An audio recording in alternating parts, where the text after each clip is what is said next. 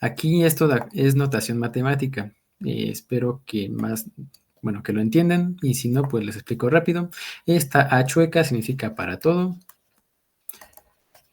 P, pues es un punto. P de punto. Esta E que me quedó muy chueca es E de pertenencia, que está en, por así decirlo. R3 es una manera que vamos a estar utilizando comúnmente para referirnos al espacio tridimensional, que podemos verlo como, por así decirlo, tres líneas de números reales, cada una en las direcciones que nos conciernen a la hora de estudiar el espacio, ¿no? Si gustan verlo como eje X, eje Y, eje Z, ¿no? Es decir, que la suma de torcas vale 0 para todo punto en el espacio.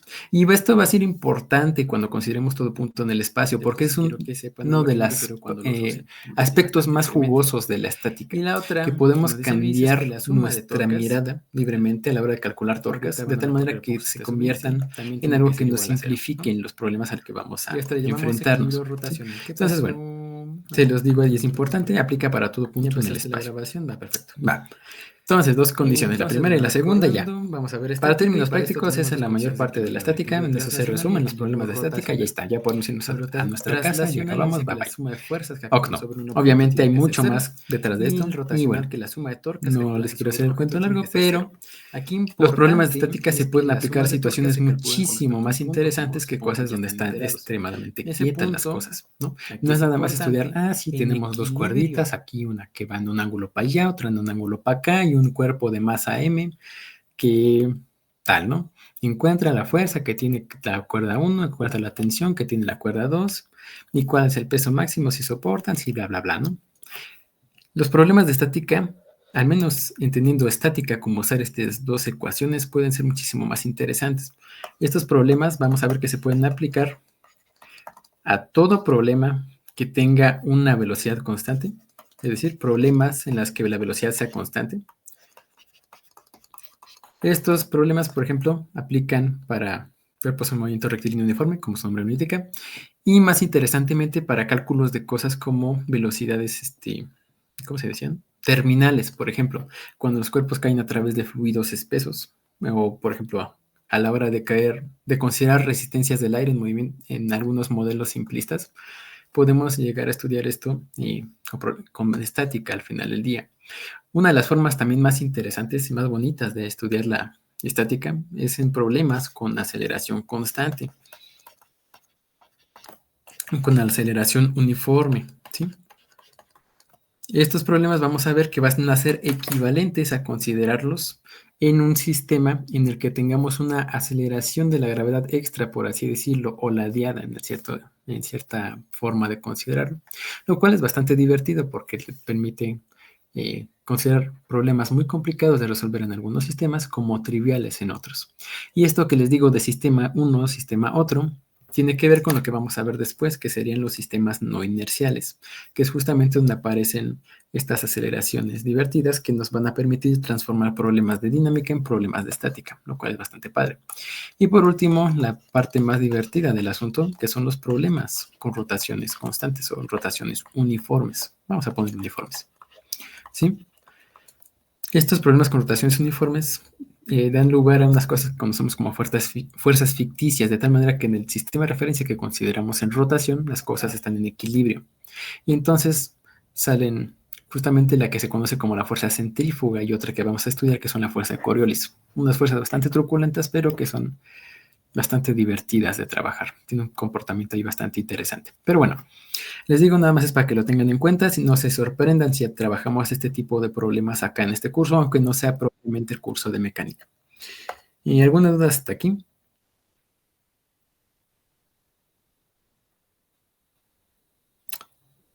Tomar eso como un no. Si tienen alguna duda, pueden interrumpirme en cualquier momento, ¿eh? Si no me interrumpen, me sigo como gordo en tobogán. Entonces, por favor, por favor, si tienen alguna duda, algún comentario, díganlo, grítenlo. Bueno, entonces, tenemos esas tres situaciones y esas dos condiciones de equilibrio. Bueno, ahora sí ya vamos a empezar a trabajar un poquito más con cosas más jugosas, más divertidas. Ya vamos a entrarle a la carnita del asunto. ¿Sí? Entonces, bueno, vamos a empezar, les decía, considerando dos condiciones de equilibrio, ¿no? La primera y la segunda. La primera que tiene que ver con equilibrio traslacional y la segunda, perdón, que tiene que ver con equilibrio rotacional.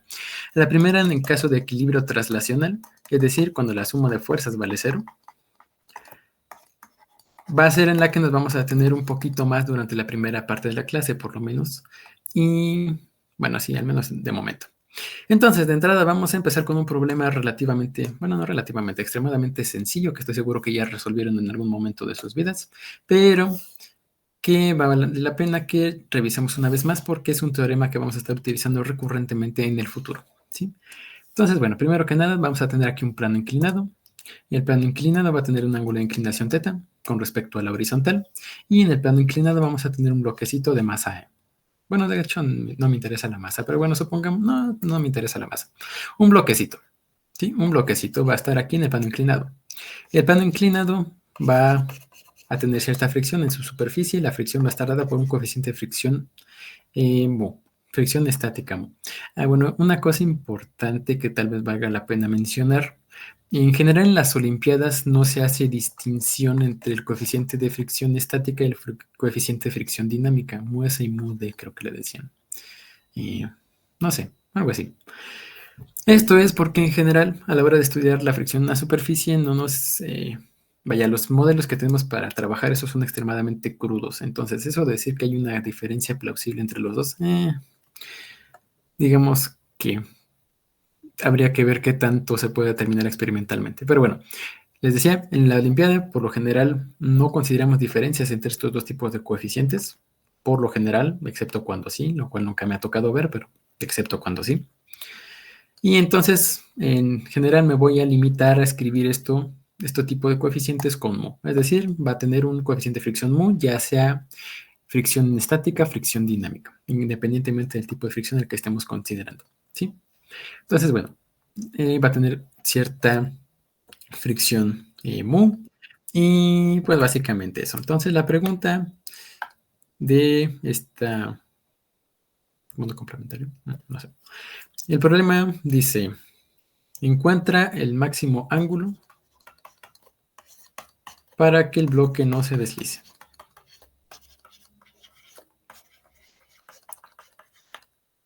Y bueno, este es un problema, les decía, extremadamente sencillo. Les pediría ahorita de momento que lo intentaran en su cuaderno. Y bueno, ¿qué les parece si les damos unos 2 minutos para que lo hagan, ¿no? 2 minutos, intenten hacer una solución lo más completa que puedan. 2 minutos debería ser más que suficiente. Es un problema muy sencillo. Entonces, bueno, 2 minutos. Son las 7:22 más 3 segundos y nos vemos aquí a las 7:24. ¿Sí? 7:24 nos vemos. Espero que puedan resolver el problema. Ahí háganlo en una hojita de cuaderno, en una hojita de papel, lápiz, pluma, como quieran. Y les agradecería infinitamente que me lo enviaran personalmente por WhatsApp para más o menos ver cómo andamos en redacción de soluciones. 2 minutos. Tal vez 2 minutos se haga muy poquito, pero pues también es una de las cosas que hay que ir practicando, ¿no? La velocidad. Entonces, 7:24 y continuamos. ¿Vale? Y tiempo, bueno, ya son 7:24. ¿Lo pudieron resolver? Si sí, pongan un puntito en el chat, por favor. Si no, pues contaremos el número de puntitos que tenemos en relación a los que estamos aquí.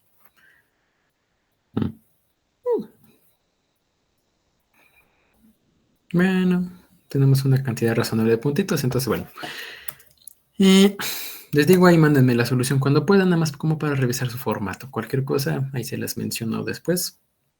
Y bueno, dale. Entonces, alguien levantó la mano. Bueno, mandaron un puntito. Está bien. Entonces, el problema, les decía, es sumamente sencillo. Se resuelve usando estrategias que, pues, seguramente ya conocen, que, pues, trabajan en la nacional, ¿no? Por ejemplo, esto lo podemos reescribir de manera sencilla con un eje de coordenadas, de tal manera que el eje X sea paralelo al plano. Eso en general es una estrategia muy importante que, si bien espero que ya conozcan, no está de más mencionarla. Entonces aquí vamos a ponerle idea. Es conveniente poner el eje en la dirección del movimiento. En la dirección del movimiento, y esto no solo aplica para este tipo de problemas, sino para otros en los que tal vez no sea tan obvio ver en qué sentido se va a acabar moviendo el cuerpo, pero en el que nos gustaría que se moviera, ¿no? Luego vamos a trabajar problemas de ese estilo, pero bueno, eje en la dirección del movimiento. Es una idea importante que hay que tener en mente y bueno, ahí se las dejo. Entonces, bueno, eje en la dirección del movimiento y nada, ¿no? Ahí nada más es cuestión de escribir las leyes de Newton y ver qué sale, ¿no? En el eje de las X podemos ver, perdón, de las Y, podemos ver que la fuerza en las Y tiene que ser igual a 0. Esta ecuación de acá es una ecuación vectorial, es decir, que está escrita en 3 componentes en el espacio. Acá podemos simplificarla a 2 dimensiones, x, y. En este caso, la suma de fuerzas en Y vale 0. Y pues va a ser justamente las que tenemos en esta dirección. Y eso, ¿no? Por acá vamos a tener que actúa la normal sobre el cuerpo. Por otro lado, vamos a tener que actúa la componente en Y del peso, ¿sí? Que, como supongo que habrán hecho en la descomposición vectorial, lo pueden ver como n que va para arriba menos mg por el coseno del ángulo en la dirección, ¿cómo se dice? En la dirección de las y, ¿no? La trigonometría de esto es bastante sencilla. Si gustan que me detengan eso, díganmelo, pero bueno, creo que estamos más que familiarizados con esto, ¿no? Y por otro lado, la suma de fuerzas en x, que va a ser igual a 0, por cómo puse el sistema de coordenadas, tenemos que la componente en x de la gravedad, que va a ser mg por el seno de θ, va a ser positivo, la fricción va a ser negativa, la fuerza de fricción, y bueno, vamos a poner mejor así, FFR, y bueno, pues escribiendo mg seno de θ menos mu veces la normal, y bueno, de acá despejamos la normal, tenemos que la normal va a ser mg coseno del ángulo, sustituimos allá, entonces tenemos que 0 va a ser mg seno del ángulo, menos mu veces mg coseno de θ, es decir, mu veces mg coseno del ángulo, ¿no? De ahí despejan mu y les queda que mu es la tangente de θ, ¿no? Y ese de ahí es un resultado extremadamente importante que vamos a tomar como garantizado por muchos problemas que hagamos en sesiones futuras. Y eso es algo que se asume en la mayoría de las olimpiadas que ustedes saben, ¿sí? Es, por así decirlo, como conocimiento general. Uno espera que ustedes sepan que este tipo de relaciones de resultados sencillos, de problemas sencillos, ¿sí? Y que es bastante ilustrativo. Les dice una manera exacta, matemática, de cuantificar cuando empieza a deslizarse un cuerpo en un plano inclinado, ¿no? Y bueno, eso obviamente va a ser útil por una cantidad de razones que, bueno, nada, un problema sencillito para empezar a calentar el día, ¿no? Y nada, es importante hacerlo lo más rápido posible, decíamos por ahí, ¿no? ¿Y qué otra cosa quería comentarles con respecto a esto? Creo que nada, ¿no? Sí. Bueno, otra cosa que espero que ya sea conocimiento común a estas alturas, que la aceleración en un plano inclinado en el eje de las X está dada por G por el seno del ángulo y que la componente normal va con G por el coseno, ¿no? El resultado viene de geometría muy sencilla que aplicar a este problema. Y nada, es algo que también es importante tener en la mente al vuelo, ¿sí? Bueno, ¿alguna duda al respecto?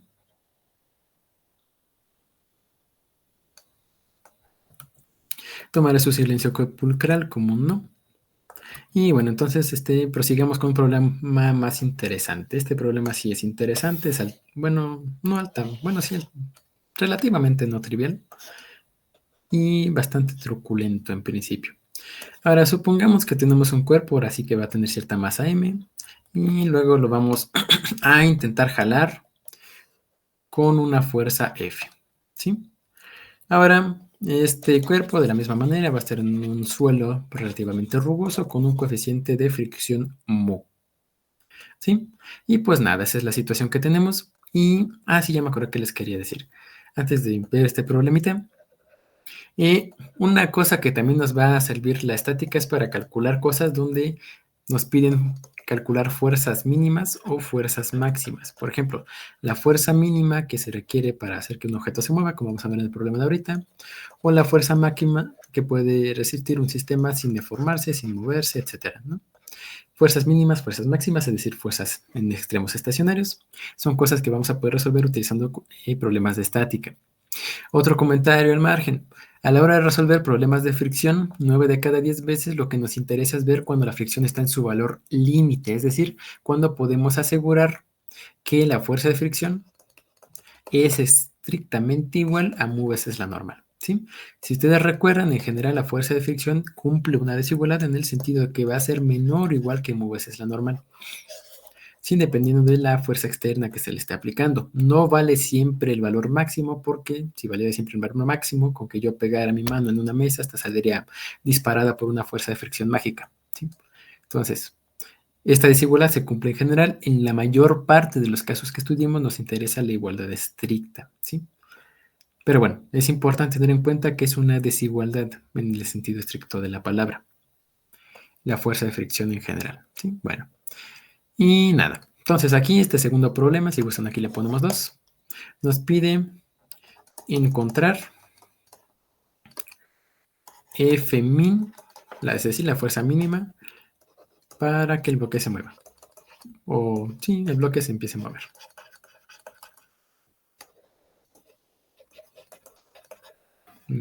Se va a considerar a mover. Y nada, este es un problema más interesante, tiene sus sutilezas. Vamos a darles ahorita unos 5 minutos para que lo consideren, ¿sí? Entonces nos vemos aquí a las 7:36. Espero que no sea mucho tiempo, 5 minutos. Según yo. Mu vale 1.0 y en el caso en el que mu valga 1.5, ¿sí? Y los datos numéricos del problema son que la masa es de 2.0 kilogramos. Y ya, eso. Jeje, se me olvidó decirles eso, perdón. Sí. No, sí, no me acuerdo qué era, pero sigamos. Y esta expresión para la fuerza en términos del ángulo. Entonces, si nosotros conociéramos el ángulo, eso valdría la fuerza. La cuestión ahorita es que nosotros no conocemos el ángulo, pero sabemos qué es lo que buscamos en la fuerza. Si ustedes ven el problema, nos piden la fuerza mínima, ¿sí? La fuerza mínima que tenemos que encontrar para que esta cosa se empiece a mover, ¿no? Podemos tener una fuerza máxima, que de hecho se va a infinito. Y, sí, hablando de infinito, ya me acuerdo que les quería decir. Una cosa importante para que hagan cuando revisen sus resultados es que la expresión que les quede sea razonable. Es decir, que hagan un análisis de lo que conocemos como casos límite, ¿sí? Si el problema tiene datos numéricos, también pueden hacer análisis de este orden de magnitud, pero ahorita no nos vamos a meter en eso. Les decía un análisis de casos límite. Esta expresión que tienen ustedes para la fuerza, vean que depende fuertemente del valor del denominador de esta expresión, es decir, de cuánto valga coseno de teta más v veces el seno de teta, ¿no? Ahora, esto es especialmente relevante porque nos permite ver si, por ejemplo, hubiéramos hecho un error algebraico a la hora de encontrar la solución. Si en vez de tener un mg entre esto de acá, hubiéramos tenido algo que se viera más o menos así, coseno de teta menos v veces el seno de teta. Énfasis aquí en el menos. Yo les puedo decir que esta expresión de aquí intrínsecamente habría tenido alguna cosa ahí truculenta, ¿sí? ¿Por qué? Porque si ustedes hacen algunos ejemplos, algunos casos del problema, por ejemplo, supongan que ustedes que mu vale 1, ¿no? Si mu vale 1, entonces les queda aquí abajo el coseno menos el seno, ¿no? Y espero que recuerden de su tarea de la tabla de trigonometría, el coseno de 45 grados es lo mismo que el seno de 45 grados, que es 1 entre raíz de 2, ¿no? Entonces, si el coeficiente de fricción valiera 1, en el ángulo de 45 grados esta fuerza sería infinito, o menos infinito, como quieran verlo. Dicho de otra manera, se dispararía su valor. Cuando esto tendiera a 45 grados, esta fuerza se haría extremadamente grandísima. Y eso no nos gusta. ¿Por qué no nos gusta? Porque eso querría decir que tendríamos un límite, por así decirlo, al ángulo a que podemos elevar esa cosa, lo cual, si me permiten verlo, no es muy físico. No hay ninguna traba mágica que les impida jalar una caja a 45 grados, sin importar cuál sea la superficie sobre la que le estén poniendo. Siempre y cuando la superficie no sea algo como pegamento o algo así, en cuyo caso el coeficiente de fricción se va infinito y esta expresión, pues, hace cosas más divertidas, ¿no? Pero ahorita no nos metemos en eso. Entonces, si hubiéramos tenido este signo menos aquí, quiero que noten que habría habido un problema cuando consideráramos ese tipo de casos, ¿sí? Y es importante que a la hora de resolver problemas se acostumbren a hacer este tipo de análisis de casos límite. Cómo funciona su expresión para algunos ángulos notables, para algunos datos notables de su expresión. Por ejemplo, cuando mu vale 1 o cosas por el estilo, ¿no?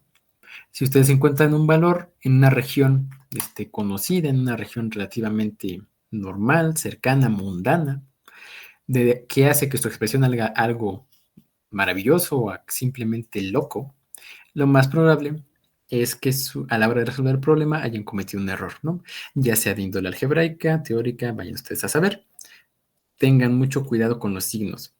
Y esto se los digo ahorita en problemas de cinemática, pero esto es especialmente útil de estática, perdón, cuando trabajan problemas de cuerpo rígido, porque luego cuando calculan cosas como aceleraciones angulares y eso de cosas con poleas, les quedan expresiones que tienen un término arriba y luego abajo muchos términos que dependen justamente de la inercia de los objetos que tengan en el problema. Por ejemplo, puede ser una masa por un radio al cuadrado, más otra masa por un radio al cuadrado, más un momento de inercia, shalala, shalala. Ese tipo de expresiones les tiene que quedar aquí abajo, todos con signos más necesariamente y siempre, a menos de que vean algún caso en el que tengan como un tope o algo así, pero eso es más extraño. En otros casos les tiene que quedar con signos más en el denominador, porque de lo contrario, si tuvieran aquí un signo menos, podría haber alguna combinación de esos valores en la cual esto les valiera cero y por tanto la expresión resultante, la aceleración o algo así, les quedará infinito. Lo cual en general no sucede en la física clásica. Las cosas no se van a infinito nada más porque sí. No podemos generar infinita fuerza de la nada, ¿no?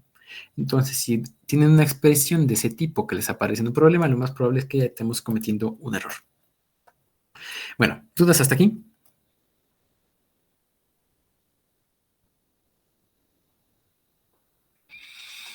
Esperemos que no. Entonces, continuamos. Ahora, tenemos una expresión para f en términos del ángulo. Sin embargo, no nos piden la f en términos del ángulo, nos piden la fuerza mínima. ¿A alguien se le ocurre qué podríamos hacer aquí para encontrar la fuerza mínima? Ya sabiendo lo que sabemos. Dicen por ahí, Luis, ¿qué pasó? Em, pues como nuestra variable está en el denominador, f es mínimo cuando lo de abajo es mínimo, ¿no? Cuando coseno de teta más mi seno de teta es un valor pues pequeño. Entonces pues para encontrar qué cumple eso, en cuál teta, pues puedes derivar el denominador. O bien si lo quieres hacer más así formal, pues derivas a ambos lados de f en d teta eh, y cuando ocurre un mínimo o un máximo, pues tendría que ser cero, ¿no? Esa derivada. Ok. Dos cosas. Bien en una parte y mal en otra parte. Dices que esta expresión va a ser máxima cuando lo de abajo sea. Perdón, dices que la expresión va a ser mínima cuando lo de abajo sea mínimo. No, al revés. Esta expresión de acá va a ser máxima cuando lo de abajo sea. Al revés, perdón. Esta expresión va a ser mínima, la fuerza va a ser mínima cuando lo de abajo sea máximo, ¿sí? La relación es inversamente proporcional. Uno se hace chiquito cuando el otro se hace grandote, ¿sí? Justamente porque está dividiendo en este lado de la expresión. Nada más ahí, un poquito, ojo con el error conceptual. A lo mejor tuviste un caso de síndrome del matemático, de pensar una cosa, decir otra y escribir otra. No te preocupes, nos pasa a todos. Pero sí, ojo. Y bueno, como nos dices, efectivamente, podemos derivar el término de abajo para ver cuándo nos queda un extremo de la función. Y ya, levantaron dos personas la mano. ¿Qué pasó, Kevin? Bueno, yo iba a decir que si podíamos hacer un límite del denominador cuando teta tiende a cero. Cuando teta tiende a cero, no hace falta checar el límite, ¿no? Si teta vale cero, pues el coseno vale 1, seno vale cero, y pues nos queda mu mg entre 1, ¿no? O sea, hace mu mg. Tan tan se acabó, que es justamente el caso que me habían dicho antes, ¿no? Cuando la cuerda es horizontal.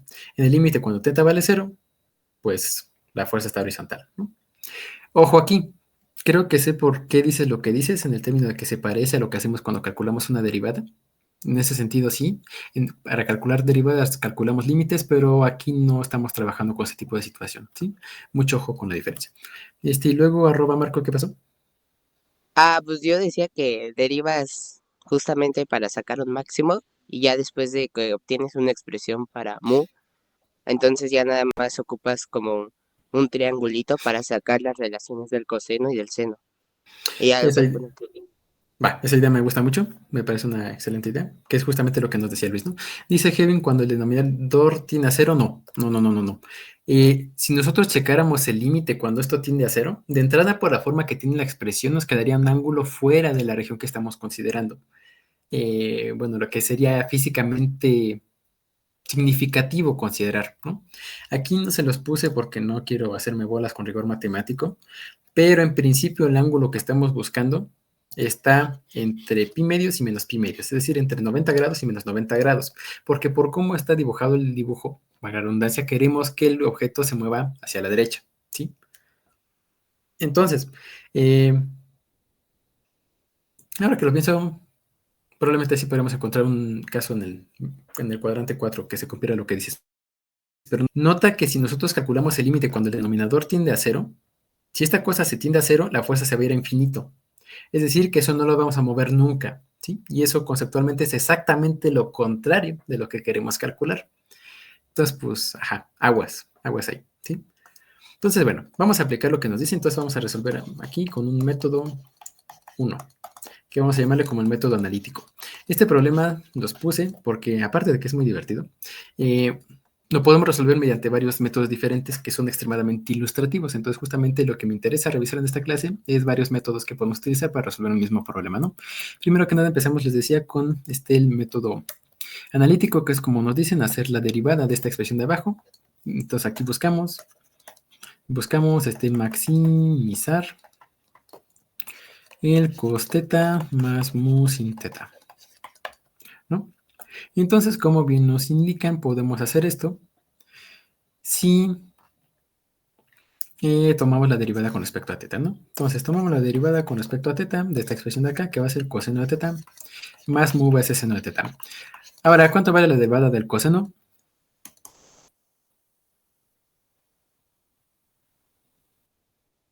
Menos seno, ¿no? Y la derivada del seno, coseno, ¿no? Entonces nos queda esta expresión. Y nosotros queremos que esta derivada valga 0 para que encontremos un extremo estacionario de la función. Entonces igualamos a 0 y concluimos que el seno del ángulo tiene que ser mu veces el coseno, ¿no? Coseno. Y de ahí que concluimos, pasamos el coseno dividiendo. Seno entre coseno es tangente, tangente teta es igual a mu, ¿no? Que curiosamente es el mismo resultado que teníamos antes. A lo mejor hay alguna forma bonita de verlo relacionado a lo que teníamos antes. No sé, no lo había pensado. Sería una cuestión interesante de revisar, pero bueno. Analíticamente lo que nos dice el problema es que justamente este sistema tiene un límite, un valor ya sea mínimo o máximo, cuando la tangente vale mu, ¿no? Bien, ahora observamos que esta cosa bien puede valer 0, ¿no? No, pero no puede valer 0 porque sería infinito. Y bueno, pero tiene cierto valor, ¿no? Que podemos encontrar, que podemos maximizar. ¿Cuánto vale? No sabemos, pero bueno. En principio, formalmente tendríamos que buscar el caso en el que podamos hacer que este valor sea, curiosamente, correspondiente a un mínimo o a un máximo de la función que estamos considerando. No me voy a detener a hacer el análisis, que si la doble derivada, que si es positiva, que si es negativa, que si la derivada es creciente, decreciente, cerca del punto que consideramos, etcétera, etcétera.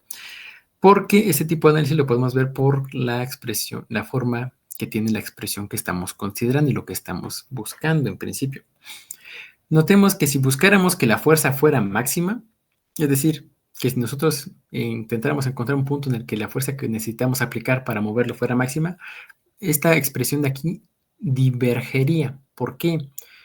Porque por un lado, lo que podríamos tener es, bueno, mientras más te acerques a la vertical, más se va a cumplir que la fuerza se vaya en la dirección completamente vertical, de tal manera que tu cuerpo no se mueva nada en la derecha, sino que lo empieces a levantar y pues eso no es lo que estamos buscando.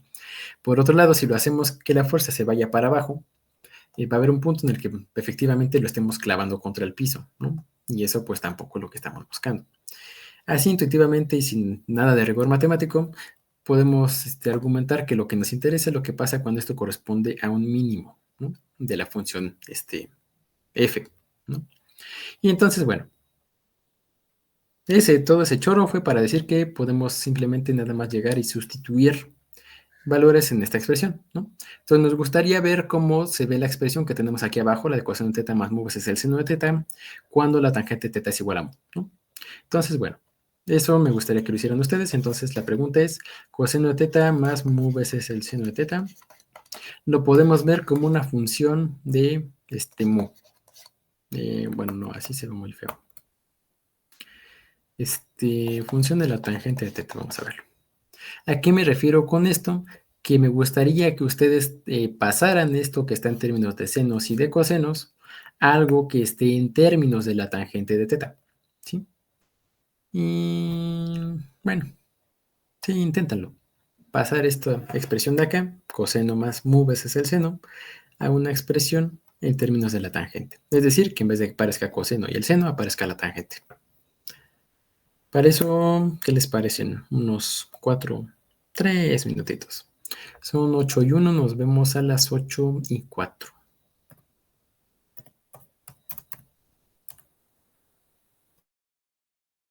Estoy compartiendo esta, ¿verdad? Sí. Dale. Entonces, queremos ver una función de la tangente de teta en términos del coseno del ángulo y seno del ángulo, ¿no? Ahí mi computador ya se puso naranja, ya no veo nada, pero... Ajá, lo malo es que tenga modo de luz nocturna. En fin, en este tipo de problemas, cuando hay relaciones trigonométricas extrañas, lo más conveniente es, como en casi todo problema, hacer un dibujito.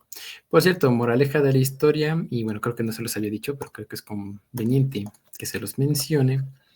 Una de las mejores estrategias a la hora de resolver un problema es hacer un dibujito del sistema que estén considerando.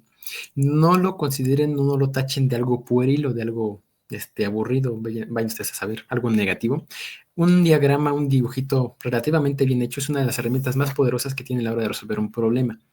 Como herramienta de comparación, uno de los problemas más difíciles de relatividad especial que vienen en el Morin de mecánica clásica, o en general casi todos los problemas difíciles de relatividad especial que vienen en el Morin de mecánica clásica, se resuelven casi exclusivamente a través de dibujitos. Es casi imposible imaginarse la situación sin hacer un dibujito del sistema, ¿no? Entonces, eso que aplica para problemas complicados, aplica también para problemas relativamente sencillos. Entonces, moraleja de la historia, por lo que más quieran, hagan dibujitos. No tengan flojera a la hora de escribir, es extremadamente útil, ¿sí? No lo desprecien. Entonces hacemos un dibujito del sistema. ¿Qué es lo que sabemos? Que la tangente de este ángulo vale mu, ¿no? Entonces, ¿qué es la tangente? Cateto opuesto entre cateto adyacente. ¿Cómo podemos ver esto? Bueno, cateto opuesto puede valer mu, cateto adyacente puede valer 1. Tangente, que es cateto opuesto entre cateto adyacente, va a ser mu entre 1, que es mu, ¿no? Que es exactamente lo que queremos que se cumpla. De aquí, del teorema de Pitágoras, es fácil ver que entonces la hipotenusa tiene que valer la raíz de 1 más mu cuadrada, ¿no? Me parece que es bastante fácil de verlo desde aquí, pero, bueno. Ahí está, ¿no? Entonces, a partir de ahí ya podemos calcular muy fácilmente las expresiones que queríamos. El coseno del ángulo va a ser cateto adyacente entre hipotenusa, ¿no? Es decir, va a ser 1 sobre la raíz de 1 más mu cuadrada, ¿no? Y por otro lado, el seno nos va a quedar como cateto opuesto entre hipotenusa, que es decir, mu veces entre 1 más la raíz, mu entre la raíz de 1 más mu cuadrada, ¿no? Y esto de aquí, espero que estemos de acuerdo, que lo de arriba, porque esta cosa comparte denominador, va a ser 1 más mu cuadrada entre la raíz de 1 más mu cuadrada. Y en general se va a cumplir que una cosa entre su raíz sea la raíz, pero arriba, ¿no? Entonces nos queda como la raíz de 1 más mu cuadrada. Y bueno, entonces ya, sin hacerle más dilema al asunto, ya podemos concluir que entonces la fuerza mínima que vamos a tener va a ser mu veces mg entre, ahí se parece una raíz, entre la raíz de 1 más mu cuadrada, ¿no? Tan se acabó, somos felices, vámonos a nuestra casa. Ahora, fue una manera de resolver el problema, pero les digo, este problema es extremadamente versátil y en tanto que es extremadamente versátil, me interesa que lo trabajemos desde otras perspectivas. Pero bueno, antes de pasar a otras perspectivas, ¿alguna pregunta al respecto?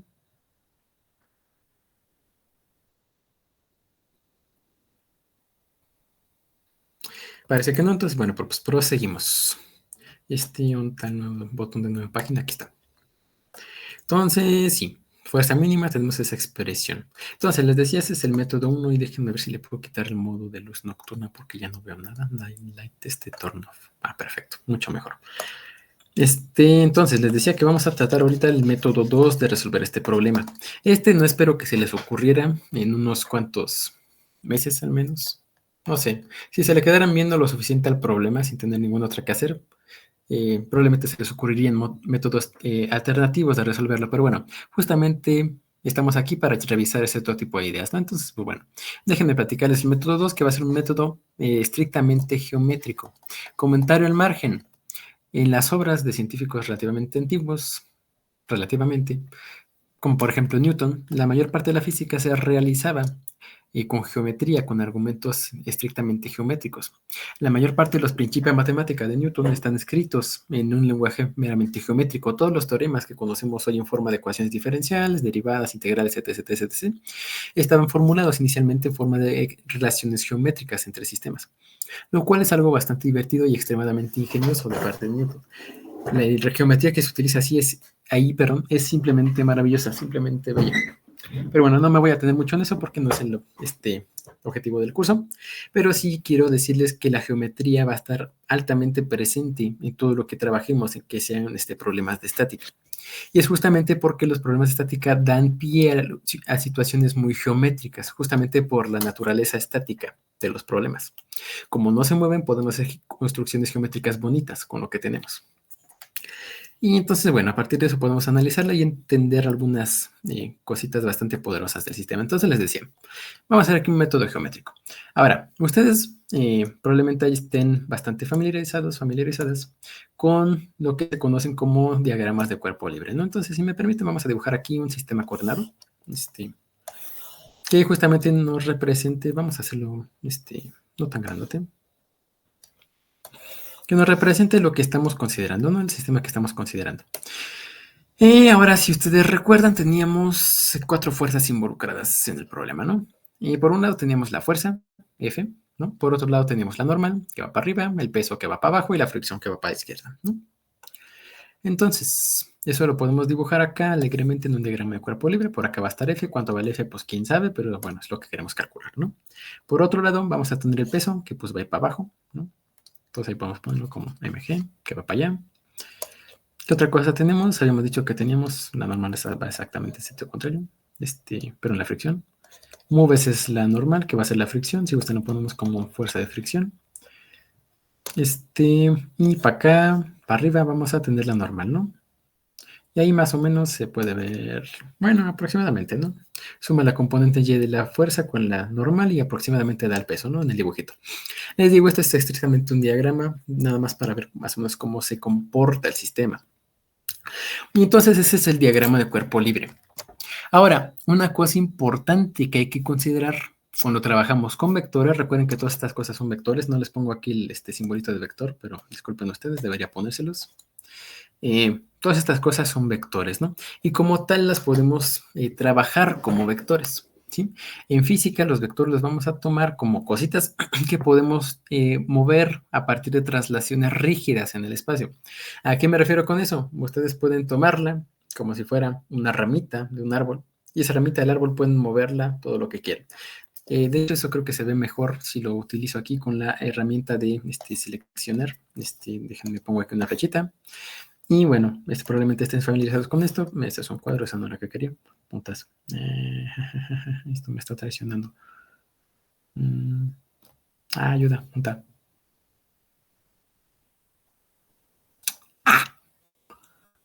Bueno, se supone que hay una herramienta para seleccionarla como cuando seleccionan imágenes en PowerPoint.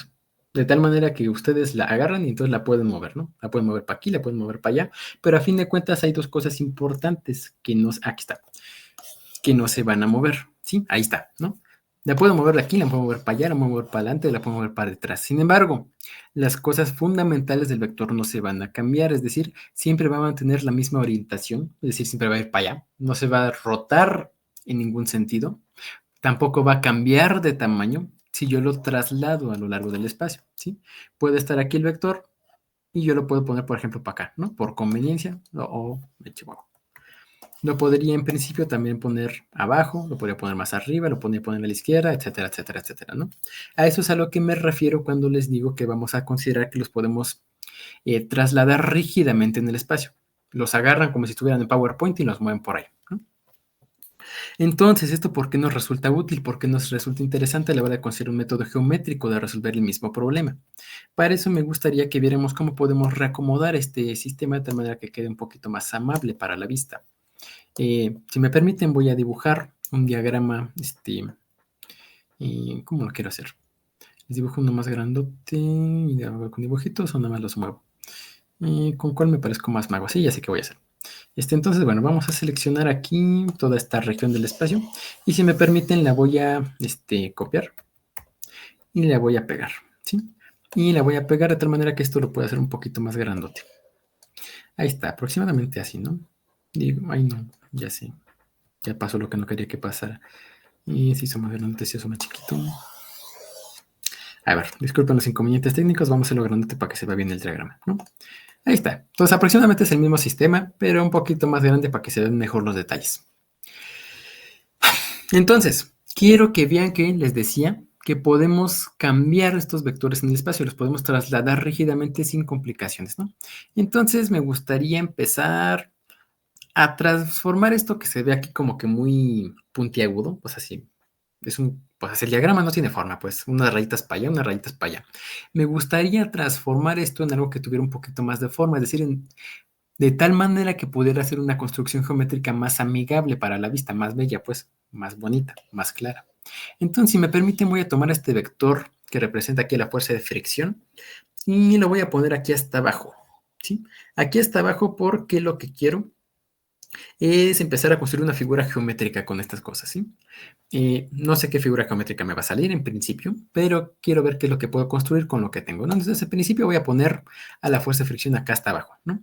Y nada más que aquí un pequeño detalle, este vector está medio chueco. Déjenmelo acomodo porque si no, no nos va a salir tan bonito el chistecito. Híjole. Bueno, no se mueve, creo que quedó peor, espérate.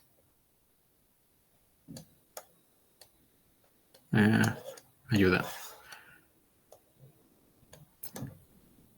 Ahí está. Ahora sí. Entonces, moví esto para abajo porque les decía que quiero hacer una figura geométrica, ¿no? Una figura geométrica que se vea lo mejor posible. Entonces, ya moví la fricción, ¿no? Ahorita podría mover dos cosas. Podría mover la fuerza o puedo mover la normal. Y aquí es donde entra un poquito lo que es la maña. Yo sé que la normal está relacionada íntimamente con la fricción. Entonces, mañosamente las voy a poner juntas, ¿sí? Es decir, voy a trasladar la normal aquí abajito de tal manera que esté acá pegada a la fricción, ¿sí?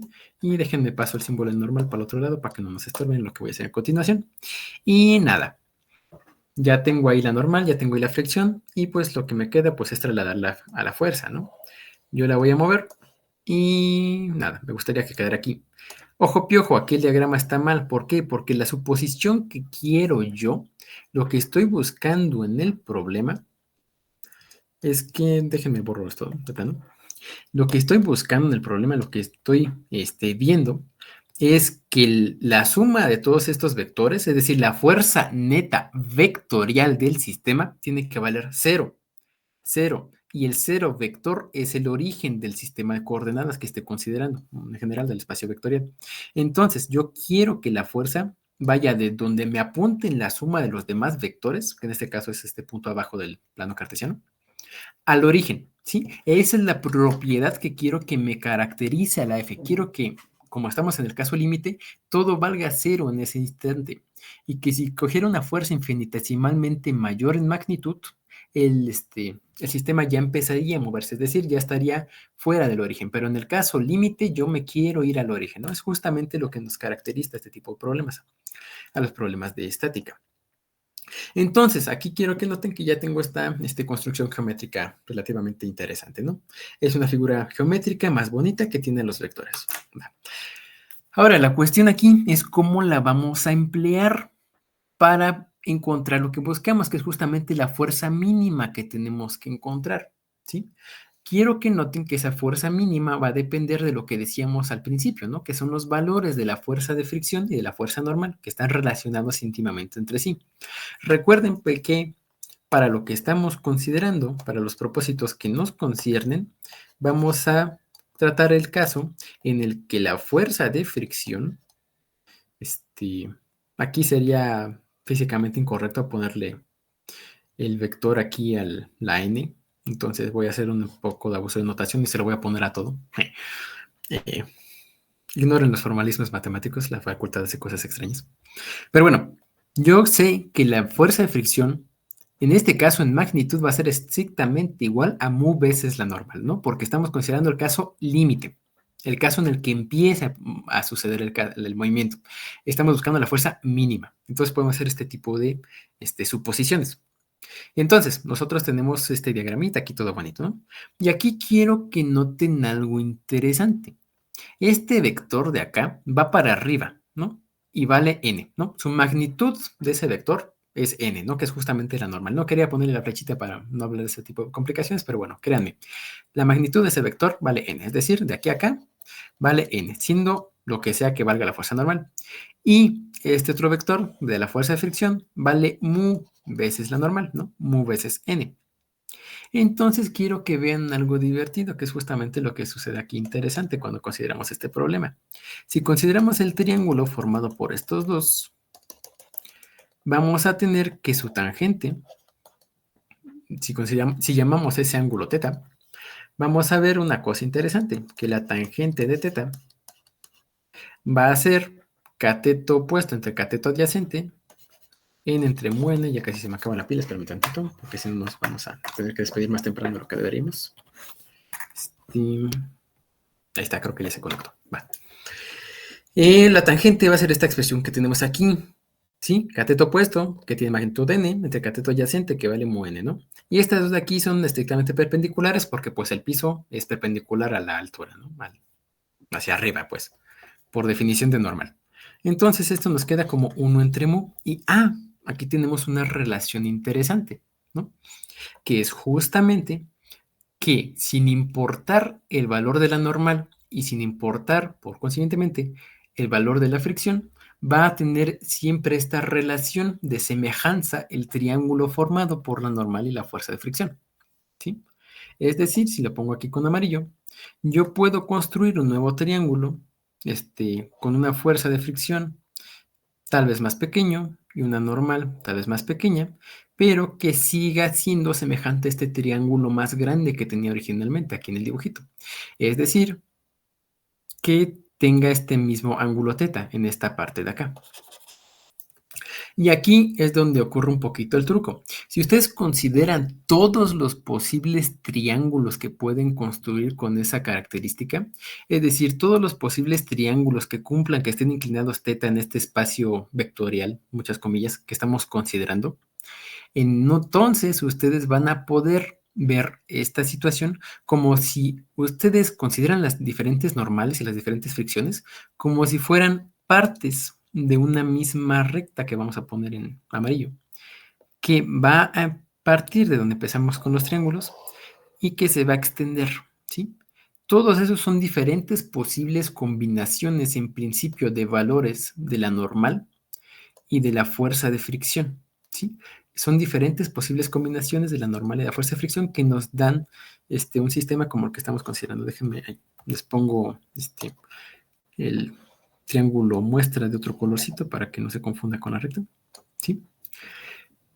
Si gusta vamos a llamarle n', y esta va a ser muy n' para otro valor de n. Y nada más como... Ajá. Entonces, tenemos que a la hora de hacer este diagrama con los posibles valores de la normal y los posibles valores de la fricción, tenemos que dibujamos esta suerte de recta, ¿no? Y ahora es donde ocurre la magia. Nosotros, si nos agarramos un punto de la recta, por ejemplo este de acá, queremos que la fuerza, por cómo está construido el problema, nos regrese, aquí está medio chuco esto, al origen. Es decir, queremos que la fuerza vaya de un punto de la recta, es decir, de un punto de la suma de la fricción y la normal, al origen, por lo que queremos que haga la fuerza, por lo que queremos que nos lleve al equilibrio del sistema. Entonces, cada punto de la recta va a corresponder a una posible combinación, a un posible valor de la normal y de la fricción, ¿sí? Dependiendo justamente de la fuerza que queramos considerar. Entonces, todos esos posibles valores los podemos ver como rectas que parten de, de un punto, bueno, semirrectas, segmentos de recta que parten de un punto en la recta hacia el origen. Y ahí quiero que noten ustedes algo. Va a haber una recta especial que va a cumplir justamente que sea la menor de todas las posibles rectas que tomemos, ¿sí? Aquí esta evidentemente va a ser más grande que esta, más grande que esta, y estas de más para acá van a ser evidentemente más grandes, ¿sí? Va a haber una que sea la mínima distancia entre el origen y esta recta que estamos considerando. ¿Alguien se sabe cuál es la relación? Ah, pues sí, ya no la dejaron. El vector perpendicular sería el que minimice la fuerza. Exacto. Si ustedes recuerdan, la distancia entre un punto y una recta se define como la mínima distancia posible. Te voy a dejar los extremos para que se vean mejor. Nomás quito estos. La mínima distancia posible entre un punto y una recta. Es decir, comparas todas las distancias que tienes entre todos los puntos que conforman a la recta y del punto que estamos considerando, esta distancia de aquí a acá, de aquí a acá, tomas la mínima y es la que defines como la distancia entre el punto y la recta. Y esa justamente es la distancia que se cumple cuando el vector que va de la recta al punto es perpendicular a la recta. Es decir, podemos asegurar que este ángulo de aquí va a ser recto. ¿Sí? Y entonces, eso está padrísimo porque eso ya nos determina únicamente a la fuerza que queremos considerar en este tipo de diagramas que estamos haciendo. ¿Sí? Es decir, nuestra fuerza la vamos a poder ver como el peso que va para abajo, una combinación de la normal y la fricción que nos va a llevar a lo largo de esta recta hasta este punto, y luego de ahí tomamos el vector de fuerza hacia el origen, de tal manera que se cumpla lo que queríamos, que la suma de fuerzas valga 0, ¿no? Y pues nada, el sistema ya está resuelto en términos de física. Nada más hace falta resolverlo en términos de geometría. Y eso quiero que vean que es bastante sencillo. ¿A alguien se le ocurre cómo se podría resolver este sistema? Déjenme les hago la pregunta de otra manera. Nosotros conocemos este ángulo, ¿sí? Y este lado, porque pues es del peso, ¿no? Va del origen hacia abajo, la magnitud es el peso. Nosotros queremos saber cuánto vale este de acá, que es la fuerza. ¿Cómo le harían para encontrar el valor de la fuerza en términos de los datos conocidos del problema?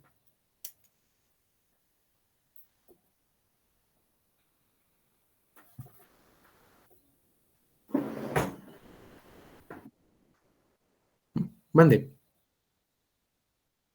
Sí, justamente. Sabemos que la tangente es un...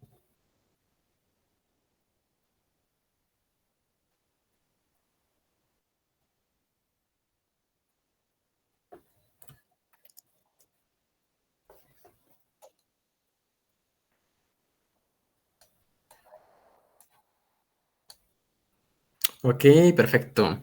Como bien nos dice Jan, Ulises, no sé cómo quieres que te diga, este ángulo de acá va a ser el complemento de teta. ¿Por qué? Porque nosotros sabemos que el peso es perpendicular a la normal, pero no a la fricción. ¿Por qué? Porque en el sistema que estamos considerando, el peso, pues, va en la dirección vertical y el piso, pues, es horizontal. Entonces, este ángulo aquí es de 90 grados. Por tanto, este ángulo de acá va a ser el complemento de teta, ¿no? Y a partir de eso, el problema ya es una trigonometría básica, ¿no? Conocemos un ángulo, conocemos la hipotenusa, calcula el cateto opuesto. Como bien nos dicen acá, es muy fácil ver que, juntas, no, ya no sé dónde escribir, me ayuda. Bueno, disculpen que no se vea el dibujo, pero bueno, ustedes van a poder ver que el seno de teta complemento, ¿sí? Va a ser cateto opuesto, que va a ser lo que nos interesa, que es F, entre la hipotenusa, que va a ser MG, ¿no? De aquí lo ven. Este es el ángulo opuesto a este cateto, está la hipotenusa. Este triángulo de aquí es rectángulo, por lo que decíamos, por cómo definimos el problema. Y nada, vemos eso y entonces ya tenemos una expresión para la fuerza, ¿no? Que va a ser mg por el seno de teta complemento. Ahora, ¿cómo es el seno de teta complemento con respecto a teta? Es decir, si tuvieran que escribir eso en función de teta en vez de teta complemento, ¿cómo lo harían?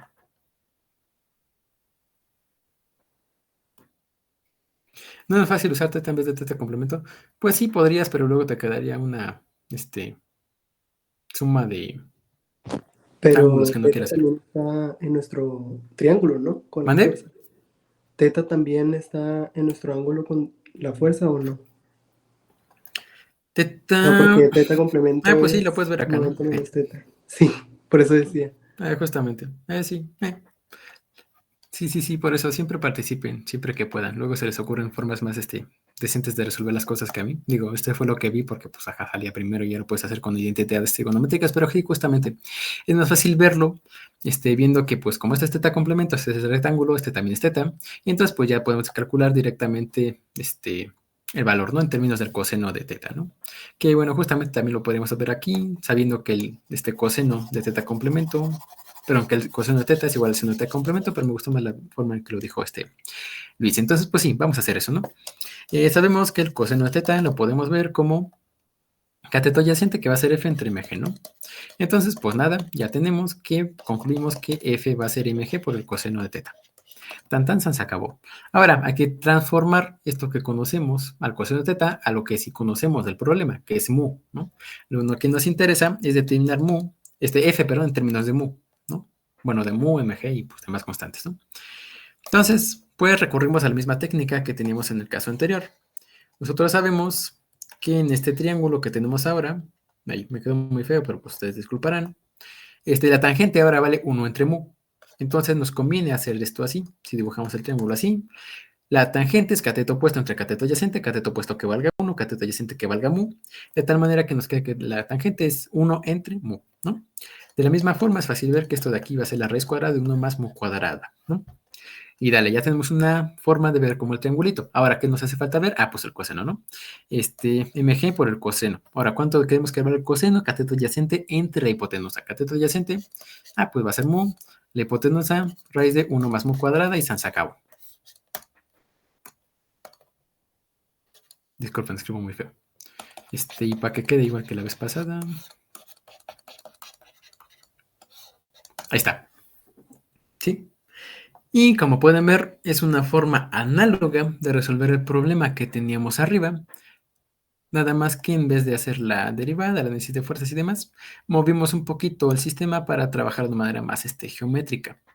Este método puede ser más fácil o más difícil dependiendo de cómo se sientan de cómodos más que ustedes con la geometría. A mí lo personal me gusta mucho, es una forma muy bonita de hacerlo. Y esta forma de resolver problemas poco convencional es especialmente útil si planean en ir a la Olimpiada Europea, que hagan chonguitos para que puedan ir.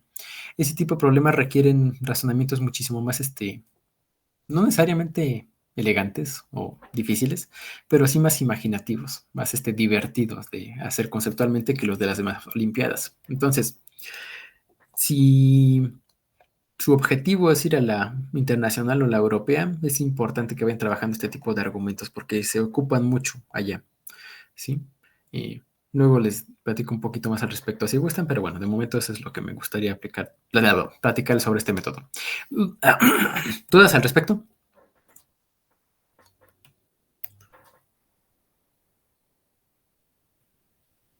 No, bueno.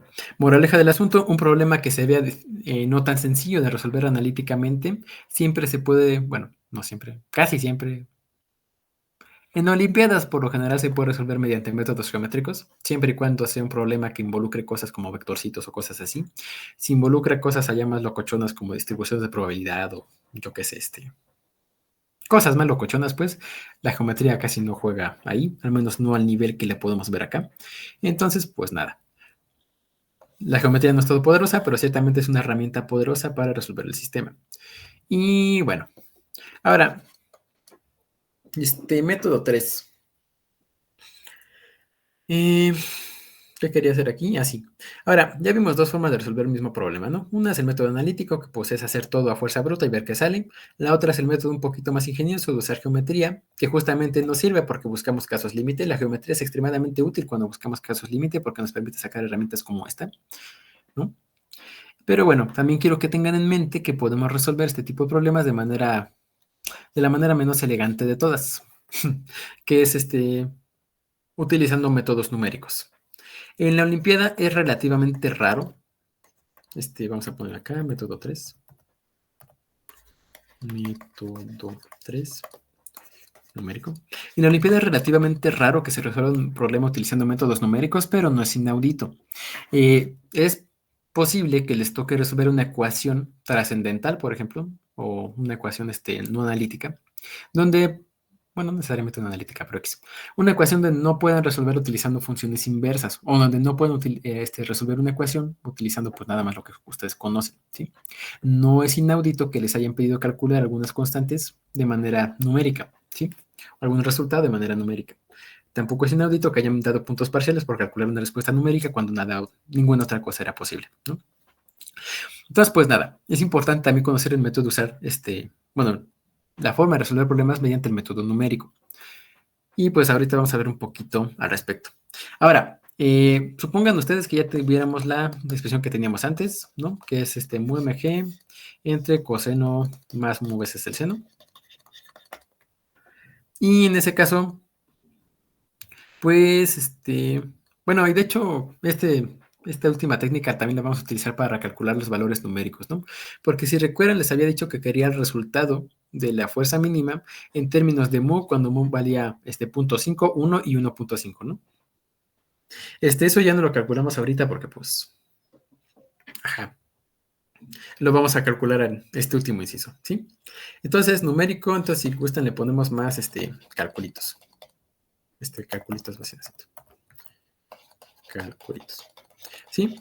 Ahorita lo que me interesa es que vean cómo se puede utilizar una calculadora de manera eficiente para calcular este tipo de cosas cuando les piden hacer muchos calculitos, valga la redundancia. Pero bueno, a lo que decía, supongo que tengo una expresión de este estilo, f es mu mg entre coseno de θ más mu veces el seno de θ.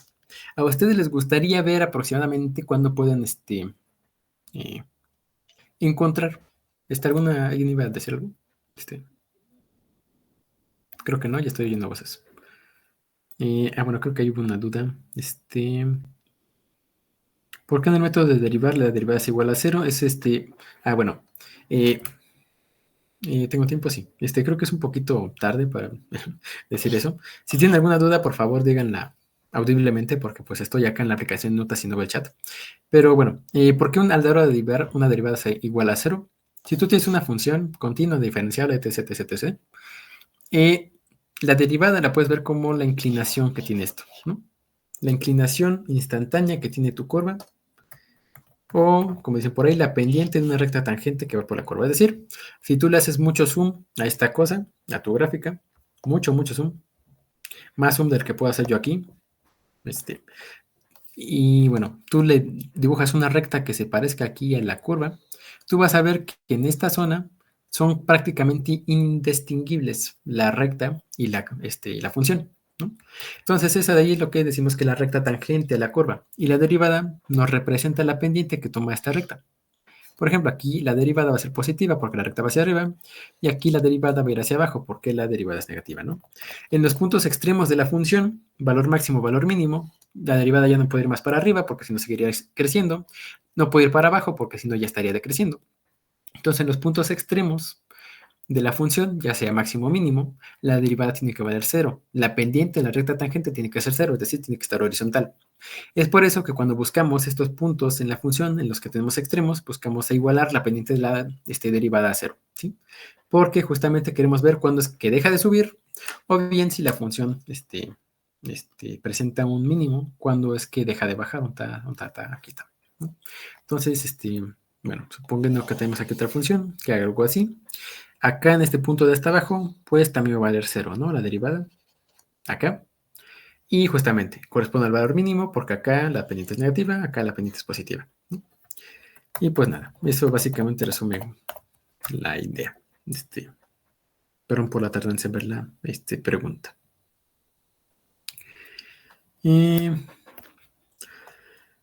Entonces, decíamos que íbamos a hablar de calculitos, ¿no?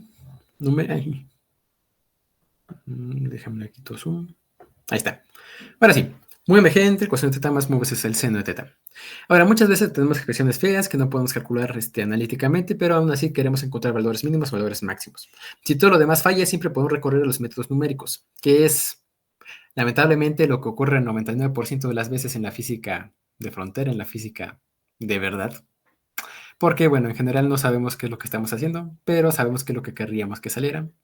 O porque las cosas se ponen extremadamente feas muy pronto y pues lo único que nos puede salvar son las computadoras. Entonces, bueno, hay que utilizar el poder de la tecnología y para eso sirven los métodos numéricos. También les decía que vamos a utilizarlo para calcular de manera eficiente varias cosas que nos piden calcular, ¿no? Entonces, pues nada. La idea básicamente es graficar esta función, ¿no? O bueno, más que graficar, tabular, ¿sí? En principio también podríamos hacer una gráfica de la función, pero bueno, eso lleva un poquito más de tiempo. Lo más directo, lo más rápido que podemos hacer es tabularla. ¿Sí? Y bueno, para eso vamos a utilizar la calculadora. Pero bueno, antes que nada, me gustaría que viéramos esta expresión de aquí, esta función f, que la podemos ver como f de teta, es decir, la función de la fuerza que va a depender del ángulo, ¿no? Nosotros decíamos que queríamos maximizar esto, minimizar esto, en términos del ángulo que estamos considerando, ¿sí? En este caso, teta. Entonces, lo que vamos a hacer es hacer una tabla de los valores de la función y vamos a ver más o menos cómo se comporta, en qué puntos tiene su valor mínimo, en qué puntos tiene su valor máximo, aproximadamente, ¿no? Hasta donde podamos verlo, a partir de lo que nos permite la precisión asociada a los métodos numéricos. Entonces, les decía que para eso vamos a utilizar la calculadora. Y justamente, bueno, espero que tengan una calculadora a la mano. Si no tienen una calculadora a la mano, les recomiendo una aplicación para celular. Buscan ustedes en la Play Store CalcS y les sale la mejor calculadora científica que se encontrarán que pueden descargar en celular. No hay ninguna otra mejor, me atrevo a decirlo porque he descargado como 20. Es el equivalente de una calculadora Casio de las mejorcitas, combinado con muchísimas otras cosas que la hacen extremadamente poderosa. A mí me gusta mucho y aparte se ve bonito. Entonces, CalcES está en la Play Store, extremadamente recomendada. Tiene el funcionamiento más o menos igual a una calculadora Casio comercial. De hecho, se supone que es un emulador de ese tipo de calculadoras. Pero bueno, ténganla a la mano, descárguenla si no la tienen. O, pues si tienen su calculadora de confianza, pues agárrenla. Miren, curiosamente vamos bastante bien en tiempo. Yo pensé que me iba a sobrar tiempo, pero no, vamos bien. Entonces, bueno, para esto me voy a permitir compartirles pantalla déjenme, dejo de compartir las notas. Y vamos a compartir pantalla de un simulador justamente de calculadoras. Ahora como comentario, esta no era. ¿Sí era esta? ¿Sí se ve la calculadora? Sí se ve, ¿no? Creo que sí. Ahí está. Entonces, pequeño comentario al margen de es la plataforma ClassPad de Casio. Déjenme, les hago propaganda. Casio. Casio es una muy buena marca de calculadoras. Me gusta mucho. No me pagan por hacerles comerciales, pero aún así se los hago. Pero bueno. Ya le hice muy grande, espérate. Entonces, les decía, las calculadoras, sí, las vamos a estar trabajando. Y pues nada, les decía que el objetivo último de lo que vamos a hacer ahorita es intentar hacer una tabla de los valores de la función para ver cómo crece, cómo decrece, cómo se comporta en un cierto intervalo, que va a ser entre 0 y pi medios, entre 0 y 90 grados, pues, que pues son los posibles ángulos que como nos interesarían, ¿no? Intuitivamente el ángulo donde está la fuerza mínima tendría que estar ahí. Matemáticamente podríamos justificar eso, pero bueno, aquí estamos en física, que lo que nos interesa es la intuición detrás de lo que decimos, ¿no? El sentido físico de la expresión que estamos considerando. Entonces, aquí tenemos una calculadora. Muchos de ustedes probablemente tengan alguna calculadora. Seguramente tienen, pues, si no, no sé cómo están aquí. Y bueno, probablemente tienen que haber trabajado con una, pues, digo, no que tengan una calculadora necesariamente. Entonces, esta calculadora, pues nada, es una calculadora científica de las convencionales de toda la vida. Ahora, una cosa que es deprimentemente común es que la gente no sabe usar su calculadora. Aunque sea gente de ciencia, de matemáticas, de lo que quieran, es muy común que la gente no sepa usar propiamente la calculadora científica. Digo, tal vez ustedes sean la excepción y sí la sepan usar perfectamente bien, pero si no, me permito enseñarles unos cuantos truquitos que tienen las calculadoras. Ahora, en general, cualquier calculadora científica del mercado, sea la Barrilito, sea la Casio, sea la Texas, sea la calculadora gráfica más potente que conozcan, tiene estas letritas que tenemos acá, A, B, C, D. No sé ustedes, pero cuando yo iba en la secundaria los utilizábamos para escribir cosas divertidas, ¿no? Por ejemplo, aquí si juntas la B con la A, vaca, ajajaja. Y puedes hacer combinaciones de letras ahí divertidas, ¿no? X. Eso no es lo que nos interesa. Más que servir para hacer mensajitos en la calculadora, y esas cosas de ahí se llaman constantes almacenadas. Bueno, varía. Ahora que lo pienso, no sé cómo se llaman. Pero actúan como constantes que puede almacenar la calculadora. Es decir, esta A que estoy poniendo aquí, la calculadora la puede interpretar como un número. Es más, si yo pongo A y le doy igual, ya me dio 0. Es decir, que la calculadora está pensando que esa cosa, la constante A, vale 0. ¿Sí? Es lo que está interpretando. Análogamente, si yo hago la constante B y la constante C, me va a dar 0. Sí, estas letritas las calculadoras las trata como si fueran números, los opera de la misma manera. Los trata como si fueran cantidades matemáticas, son números, pues la A puede valer 5, la B puede valer 30. Si ustedes las multiplican, se van a multiplicar, si ustedes las suman, se van a sumar, si ustedes las elevan a un exponente, se van a elevar. Las constantes funcionan como cualquier otro número en la calculadora, nada más que tienen el la gran ventaja de que ustedes las pueden definir a su conveniencia, ¿no? Y eso es algo que vamos a explotar extremadamente mucho en la física de Olimpiadas, en general en la física, ¿no? Y en general en cualquier cosa que utilice una calculadora. Ahora, muchas veces tenemos que hacer cálculos divertidos, cálculos complicados.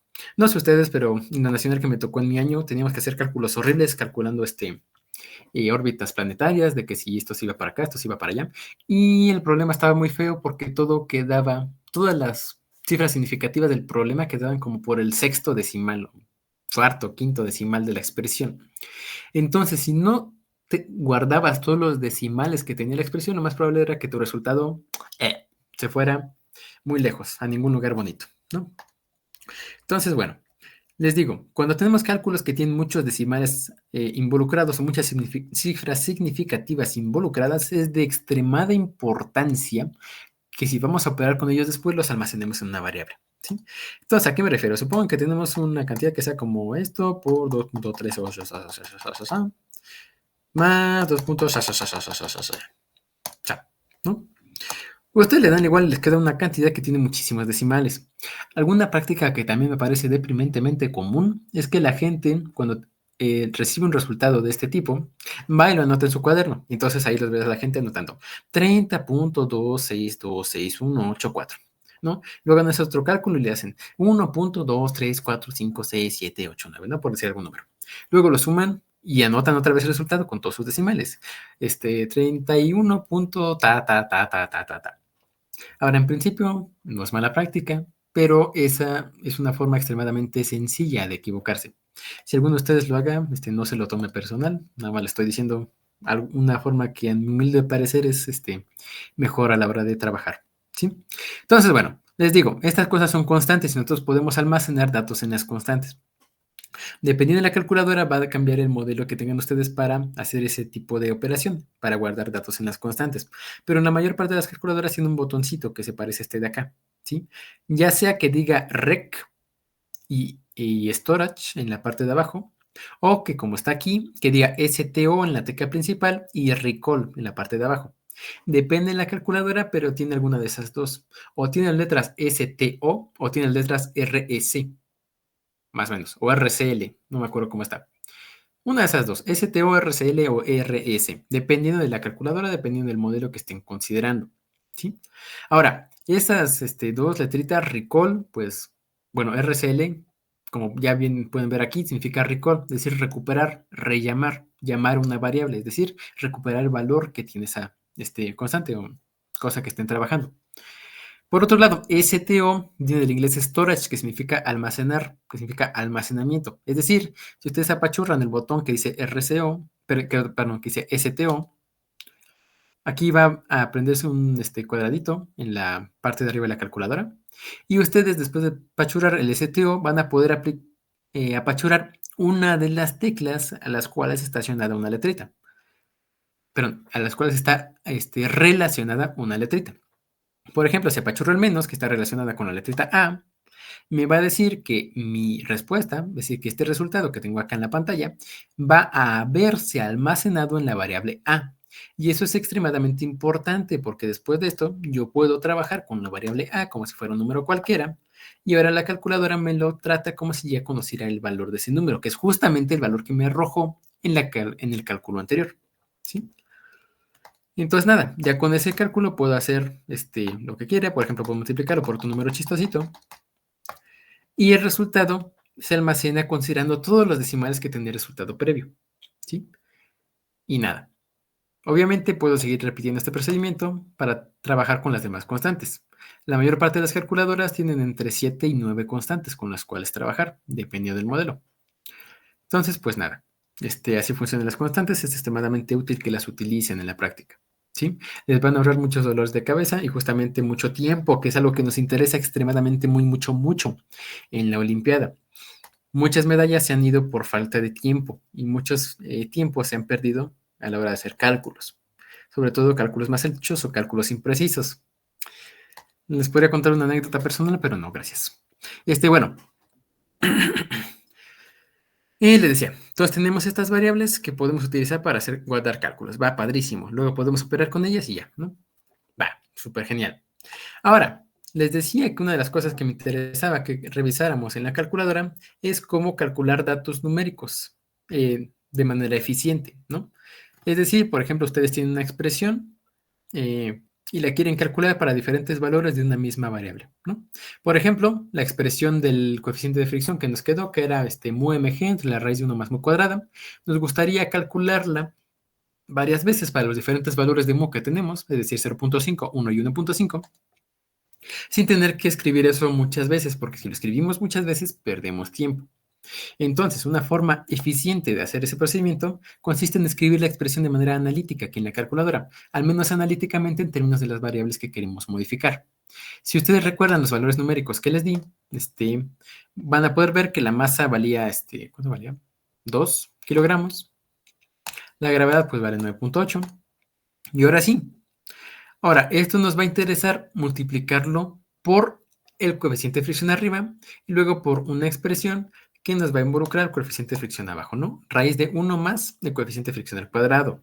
Ahora, las dos letritas que están abajo, X y Y, se utilizan por lo general como variables, es decir, las de arriba pueden funcionar como constantes, las de abajo como variables. En principio, cualquiera puede funcionar como cualquiera, pueden hacer esto en términos de A, pero pues nadie escribe funciones en términos de A, todos lo escriben en términos de X. Entonces, recomendación general, esta X y Y, resérvenlas para cuando trabajen con variables. Es decir, aquí puedo decir que X va a fungir como mu, de tal manera que esta expresión me queda como 2 por 9.8 por X entre la raíz de 1 más X cuadrada, que es equivalente a la expresión que teníamos para el coeficiente de fricción. ¿Sí? Entonces, esta expresión que tenemos acá, la podemos calcular, ¿sí? Para varios valores repetidos de la variable X, utilizando este botón que aparece acá como calc, ¿sí?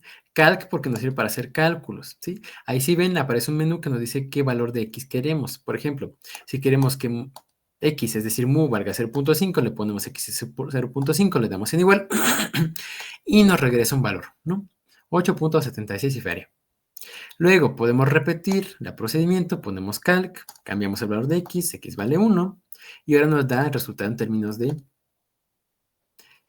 mu cuando mu vale 1, 13.85 y feria. Volvemos a hacer el cálculo, ponemos 1.5 y ya nos da el resultado en términos de lo que queríamos cuando X vale 1.5, ¿no? Ahí podemos ver cómo va cambiando esta expresión, ¿no? Ahora, esto les digo cuando queremos hacer valores con, cálculos con varios valores de una misma variable, o cuando en general queremos hacer varios cálculos con una variable, ¿no?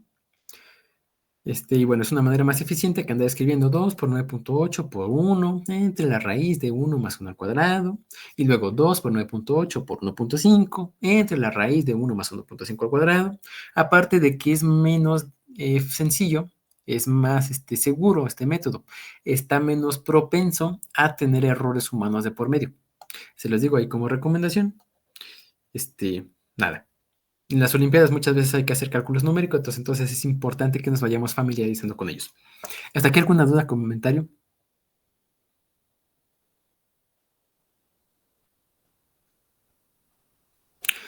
Pues al parecer no, entonces pues vamos a proseguir con lo que les decía.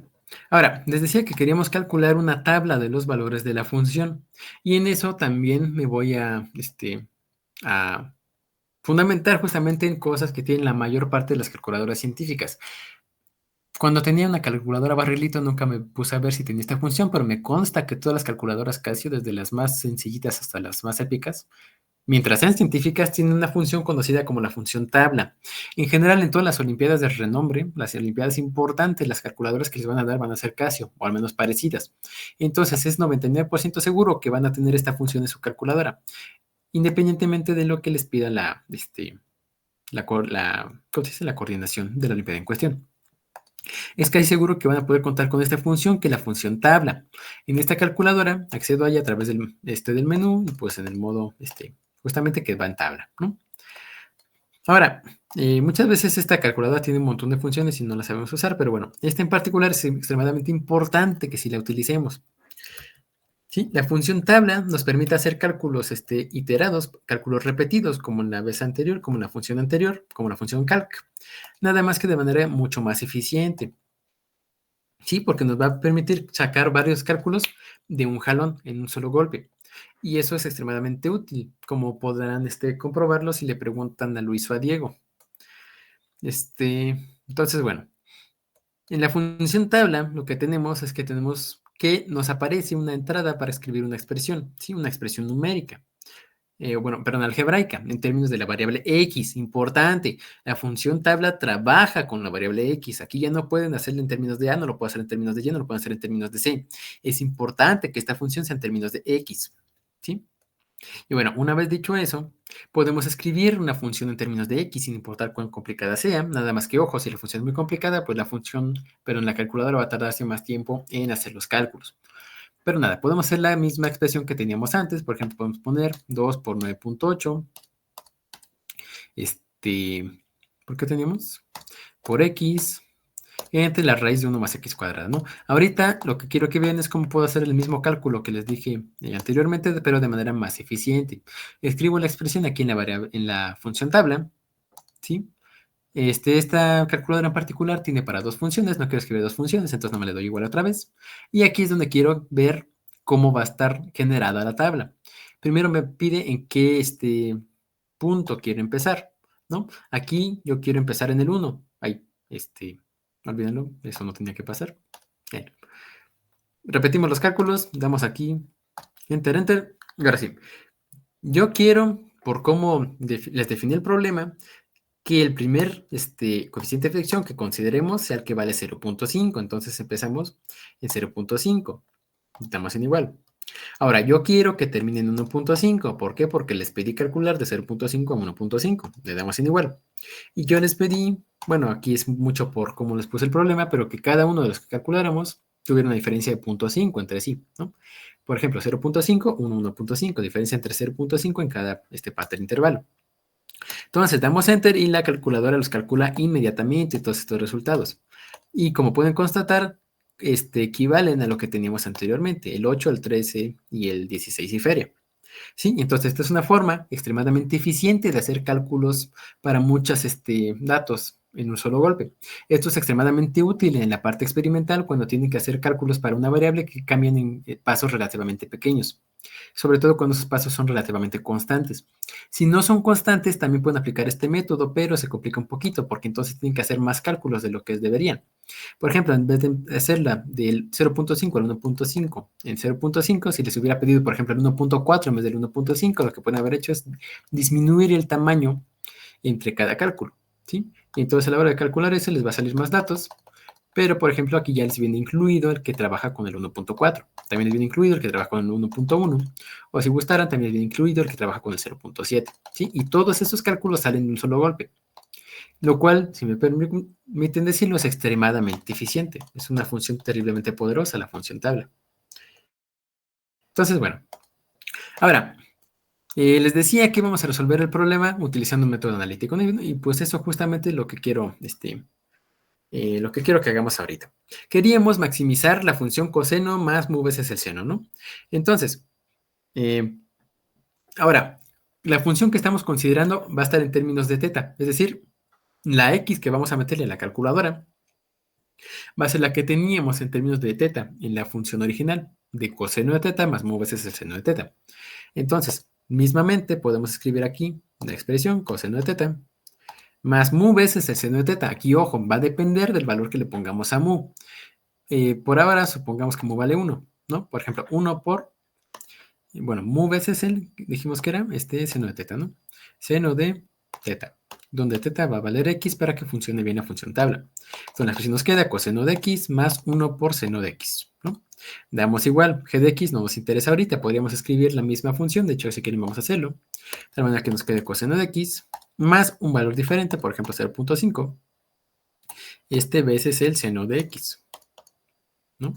Dan en igual y podemos repetir exactamente lo mismo. Ahora, les decía que el rango de ángulos que nos interesan están en intervalos 0 pi medios, ¿no? Porque intuitivamente ahí es donde va a estar el ángulo mínimo. Entonces podemos ponerle que empiece en 0, que termine en pi medios. La calculadora sí reconoce a pi medios. Yo puedo escribirlo tal cual. Aquí está la función, la constante pi, perdón. Se accede a través de Shift. Le pongo pi medios y puedo pedirle que lo calcule en términos de, yo qué sé, por ejemplo, de pi entre 10, por decir algo. No, vamos a ponerle pi entre 20, vamos a ponerle, ¿sí? Y entonces, la calculadora ya lo calcula, valga la redundancia. Y entonces aquí podemos ver cómo se va comportando la función. Por ejemplo, primero la función en f, que es cuando mu vale 1. Va decayendo, y aquí ya subió, curiosamente, ¿no? 1.4, no, perdón, 1.14, 1.26, 1.34, va subiendo, va subiendo, va subiendo. Aquí alcanza 1.49 y luego va a bajar, ¿no? Es decir, aquí que vemos en este valor de aquí, que no me deja regresarlo, pero vale aproximadamente 1 entre raíz de 2, ¿no? Entonces, una solución aproximada del sistema es que cuando θ vale aproximadamente 0.785, tenemos aproximadamente el máximo de esta función, de f, cuando mu vale 1. Y esa es una respuesta aceptable al problema hasta cierto punto. Y lo mismo podemos ver qué pasa con el comportamiento del sistema para acá con f. Va decreciendo, va decreciendo, va decreciendo, va decreciendo y siguió decreciendo. Lo cual quiere decir que probablemente no me haya alcanzado el intervalo, lo cual me parece bastante curioso. 1.1, no, perdón, es que el mínimo está más arriba. 1, 1.06, 1.10, 1.11 y 1.06, 0.1, no es que acaba decreciendo. Perdón, que buscábamos el valor máximo, ¿verdad? Sí, así sí. 1.11 es máximo, sí, porque acá baja 1.10, acá baja 1.10, entonces el máximo está aproximadamente aquí, ¿no? Y pues nada, ese es un tercer método que tenemos para resolver los problemas, que es el método numérico. Ya son las 9 de la noche, les dije que no les iba a quitar más tiempo del que tenía. Entonces, pues nada, eso es todo por hoy. Bueno, a menos de que alguien tenga alguna duda, @yanulises, si puedes detener la grabación, se te agradecería mucho.